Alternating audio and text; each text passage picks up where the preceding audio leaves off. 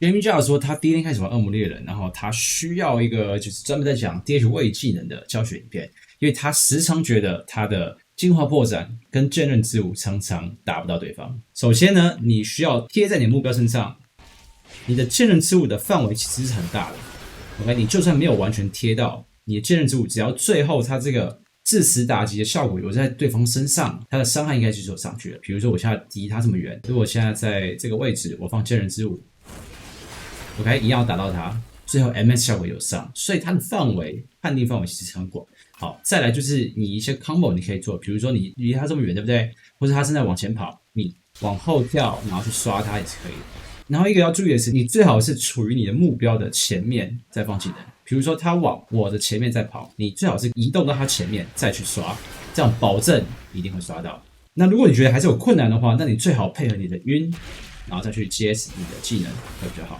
那至于精华破绽，它确实是一个很容易打歪的技能。那有几点要注意，一个是你不要魔化冲刺之后马上放，很容易没打中。那比较好去释放这个打中敌人的时机，就是说你对于被缓速、被晕住，或是没有控制技能的敌人，或是你后跳之后免疫控制技能，然后马上接一个精华破绽，都是一个很好的 combo。好，我们现在来实际看一下 R1 的玩家是怎么做的。OK， 首先我们来看的是法国 R1DH Brazgo， 好，我们看他怎么去做这个剑刃之舞。好，但是他就被控在这里嘛，对不对？然后现在他去打猎人了，好，他要被控住了，然后他这时候后跳魔刃贴到了这个猎人 ，OK， 然后猎杀冲刺把他定身了，但是他这时候被那个萨满的 Field 拉走了嘛，然后他又被绑，好，眼喷。他大跳直接不去打这个定身图腾的，他直接可以，你可以大跳出去脱离这个定身图腾，你可以不用打掉它。但是虽然有点浪费，但是他因为他的风声太多了，他这个急需去赶上对方的情况下，他选择了大跳出来。好，然后魔化冲刺，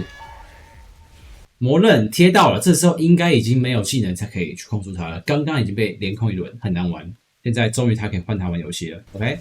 晕住他，虽然这个晕非常递减。然后他为了去下这个进化破绽，所以选择了这个递减晕，超级递减晕，下下去进化破绽 ，OK， 然后，好，确实打到对方 ，OK， 眼喷，好，这时候魔刃再度贴到了，魔刃之后马上接剑刃乱舞，就确保你打到敌人，你贴到敌人了，你再去做剑刃乱舞 ，OK， 魔刃加剑刃乱舞，我们可以看出来是一个很好的 combo。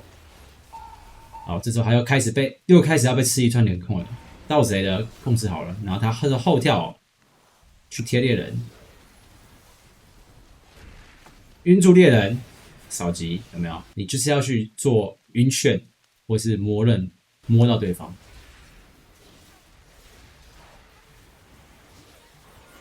你会看到他晕的点几乎都是他有小爆发或大爆发的时候，他才去做晕眩的动作。OK。那这时候他直接剑刃乱舞就会打到，是因为对方这时候没有任何位移嘛，他就是在原地给你打。你也知道他可能用过位移了，因为刚刚他已经吃了一套控制了嘛，现在应该没有东西可以控过。OK， 那大概再过30秒之后又要吃一套控制了。好，猎人之后后跳加速了，所以他知道他这时候只要跌到，然后并且往他后面走一点，他必定可以打到猎人。然后猎人刚刚也放过束缚射击了。OK， 所以这时候猎人应该没什么招可以闪。OK， 他开乌龟了，这时候去 OK 乌龟取消。OK， 他没有暂时没位技。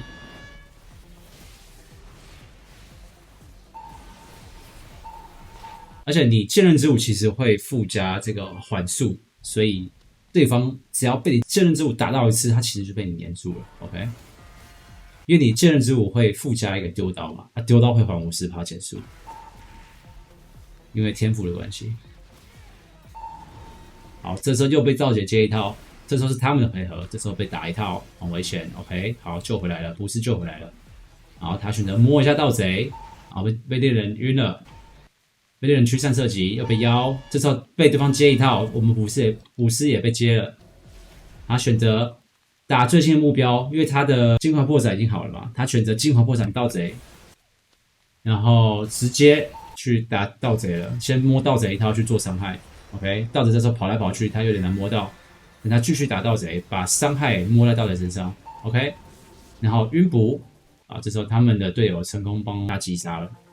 OK，那我们总结一下这些位移技能要怎么使用，外乎就是魔法冲刺，然后后跳、魔刃，那还有额外的像是最远的这个猎杀追击和2分钟一次的这个魔法变身，还有一些比较进阶的技巧，像是你可以后跳之后接金黄破散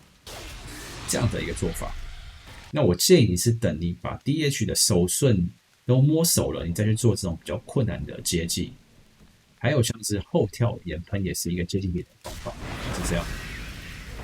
就是敌人离你很远的时候嘛，你后跳可以制造一段贴近的距离，然后你再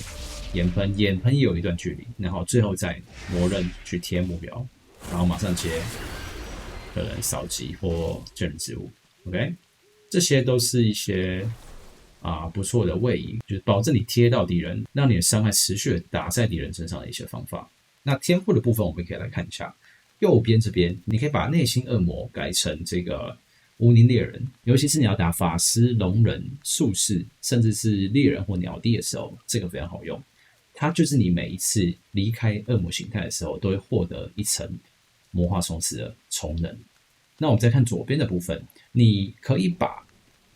其中这一个把它点掉，拿去点这个加速，就是你魔化冲刺之后会获得10%加速8秒。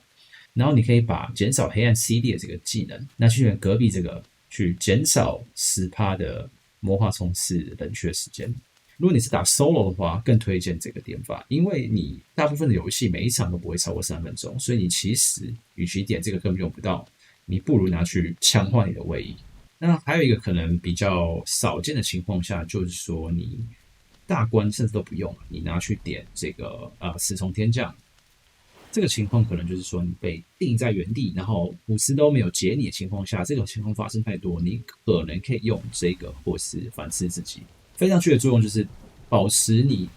随时都可以打敌人，就算你被定身，好，你就直接飞上去，然后就可以接着做伤害，或者是说你点反噬魔法，你去反噬自己。但这个情况比较少，尤其是带反制，通常都是要去反这个不是被控的关键时机。然后要善用这个后跳，让你可以免控的时机，它可以让你更加的打得到敌人，不会去被控制。